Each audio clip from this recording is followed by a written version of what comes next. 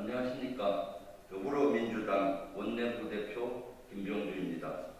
오늘은 노무현 전 대통령님이 떠나시고 맞는 12번째 5월입니다.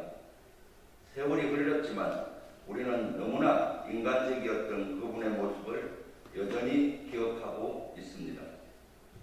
노무현 대통령님이 말씀하신 더불어 사람 사는 세상이 가슴 깊이 와닿습니다. 반칙과 특권이 없는 세상, 상식과 원칙이 통하는 세상, 지역주의와 이념 갈등이 없는 세상이 그의 꿈이었습니다. 우리 모두가 몹시 그리워하는 노무현 대통령님을 추모하며 국민만 바라보고 국민을 위한 세상을 꿈꾸셨던 대통령님의 정신과 가치를 이어받아 더 겸손하고 더 낮은 자세로 민생을 위해 열심히 뛰겠습니다. 어제 문재인 대통령님과 조 바이든 미국 대통령의 역사적인 한미 정상회담이 성공적으로 마무리되었습니다. 코로나19라는 어려운 상황 속에서도 바이든 행정부 출범 이후 이렇게 빨리 한미 정상회담이 열릴 수 있었던 것은 한미동맹이 그만큼 공고하다는 것을 다시 한번 확인할 수 있었던 계기가 되었습니다.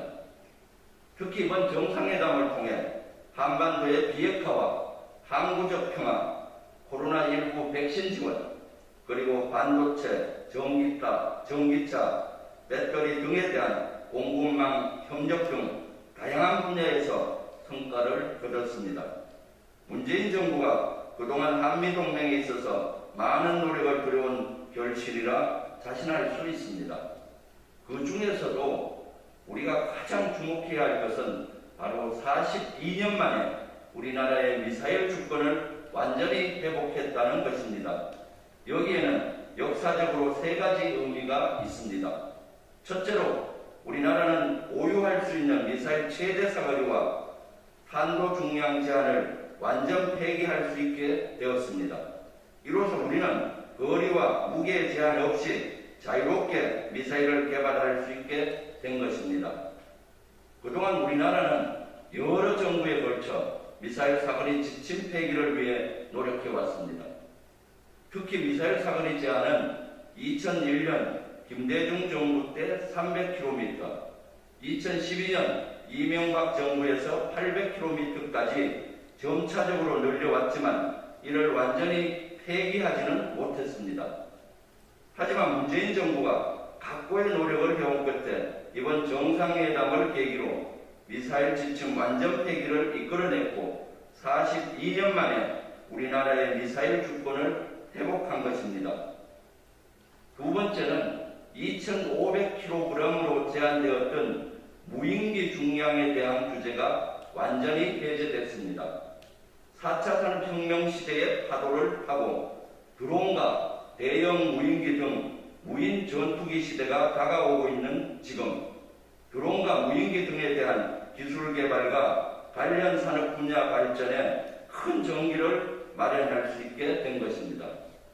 세 번째는 지난해 우주 발사체 고체 연료에 대한 제한이 없어진 데 이어 이동 발사체에 대한 제재도 받지 않게 되었습니다. 우리나라가 미사일을 비롯한 군용, 민용 로켓 개발뿐만 아니라 인공위성을 쏘아 올리는 데 있어서 그 어떤 장애물도 존재하지 않게 되었습니다. 이는 우리가 미사일 주권뿐만 아니라 우주 주권을 확보한 것으로 우리 스스로 우리 힘으로 우주 시대를 열고 우주 기술 개발에 박차를 가할 수 있게 된 것을 의미합니다. 무엇보다 우리는 이 세 가지 성과를 통해 북방역의 획기적 증강을 이룰 수 있게 되었고 북한의 핵미사일 위협뿐만 아니라 미래 잠재적 위협에 대비할 수 있는 발판을 마련했다는 사실을 강조하고 싶습니다.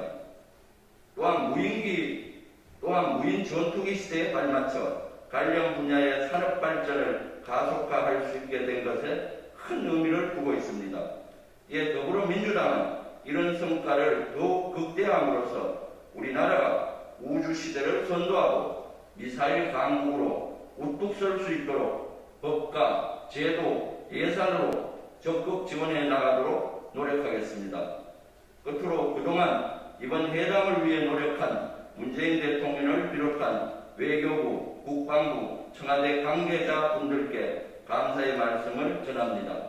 감사합니다.